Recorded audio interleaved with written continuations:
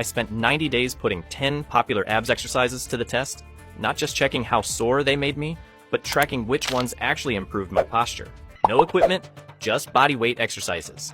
The results completely contradicted what most trainers teach.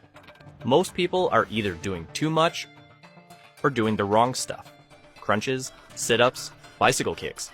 They make you sweat, they burn like hell, and they give the illusion of effectiveness. But if you actually want a core that's strong, functional, and looks good, without compromising your spine, you need to dig deeper. Let's break down the real abs exercise hierarchy with a no-nonsense tier list. Let's kick things off with a classic that honestly needs to be retired. Sit-ups. I know. They're everywhere. Gym class, boot camps, even some YouTube tutorials. But unless you're hyper-focused on form, you're mostly just hammering your hip flexors and grinding your spine into the floor. That constant spinal flexion with no real core engagement? Not worth it. Sure, they feel like they're doing something, but it's mostly discomfort, not development. It's more 90s nostalgia than modern core science. Hard pass. C tier. Now, on the flip side, we have the Dragon Flag. Made famous by Bruce Lee and feared by abs everywhere, this move is a test of full body control. It's not just your core, it's your lats, your glutes, your legs, everything working together to stay tight. The anti-extension force it builds is unreal, and you can feel your abs firing from top to bottom. It's brutal, and that's exactly why it works. If you can even do one clean rep, you're already playing in the big leagues. Solid S tier. Then there's bicycle crunches. They look cool in hit montages, and they burn fast. But the truth is, most people rush through them without any control. Elbows flail, knees jerk, and your neck starts doing half the work. Instead of intentional rotation and core engagement, it becomes a messy, momentum-driven flurry. And while it feels like effort, it's not efficient. It's more chaos than control, and for most people, it does more harm than good. Definitely D tier. The 2-minute game changer that built my core faster than anything else was the hollow body hold. It's not flashy. It won't get you likes, but it builds the kind of core control that carries over to everything. Handstands, front levers, even squats. Hold it right, and you'll feel it deep. Not just in your abs, but through your entire midline. That's why it's A tier. But sustaining that kind of effort across multiple sets takes more than just grit. Creatine helps with that. It fuels repeated effort, especially in movements that demand full body tension like hollow holds, rollouts, and planks. When your body's topped up, you recover faster between sets and keep your reps sharp from start to finish. That's why I've been using Tasty Gains, creatine in gummy form. No mess, no measuring, just grab and chew. Full clinical dose every time. Because when the habit's simple, it sticks. And consistent recovery, that's what lets you keep pushing volume, keep holding good form, and actually progress. And speaking of form, let's talk about the plank. Yeah, it's basic. And yeah, everyone thinks they're too advanced for it. But when you do it right, glutes tight, ribs down, body straight, it hits harder than most people expect. It's simple, accessible, and doesn't crush you like a dragon flag. That's why it lands in the A tier, and it's one of the few I've added to my weekly routine. Time for some spice. Crucifix crunches. These feel amazing, no doubt about it.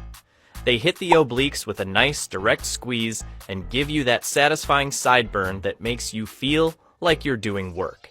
And for targeting rotation in a simple setup, they do the job. But here's the thing, there's not much room to grow with them. You're locked into the same movement, same angle, same tension. So while they're great as a burnout move at the end of your workout, they just don't hold up as a main event. Great for variety, but limited for progress. B tier. Speaking of foundations, let's talk leg raises. Done hanging, they demand real control from your abs, your grip, and even your shoulders. You're not just lifting your legs. You're locking your body into position while staying tight the entire way through. And when you start controlling your pelvis and keeping your lower back from arching, that's where the magic happens. Lying versions are solid too, but the hanging variation adds gravity, stability work, and some serious style points. This one hits lower abs hard and forces you to get better fast. Solid enough to earn a spot in the A tier. Now here's one you probably skip. Side plank. I get it. It doesn't look cool, and no one's filming themselves holding it for the gram. But if you want real core integrity, this one's a must. It works your obliques. Yes, but more importantly, it strengthens your ability to resist lateral collapse. That's huge for balance, posture, and injury prevention. It also hits muscles most people neglect until something starts hurting. Not exciting, but incredibly effective when done right. Not flashy, but dependable. B tier. Then we get to the king of functional abs work, abs wheel rollout. This move hits everything: upper abs, lower abs, deep core stabilizers, and even a bit of your lats and shoulders if you're doing it right. It's one of the rare exercises that forces full body control while directly challenging your ability to resist spinal extension. And the best part, it scales with you. Start on your knees, build up your range, then eventually go full standing and feel your soul leave your body. Every rep demands focus, and there's nowhere to hide. It's brutal, but brutally effective. Solid S tier, no question. And finally, Superman hold.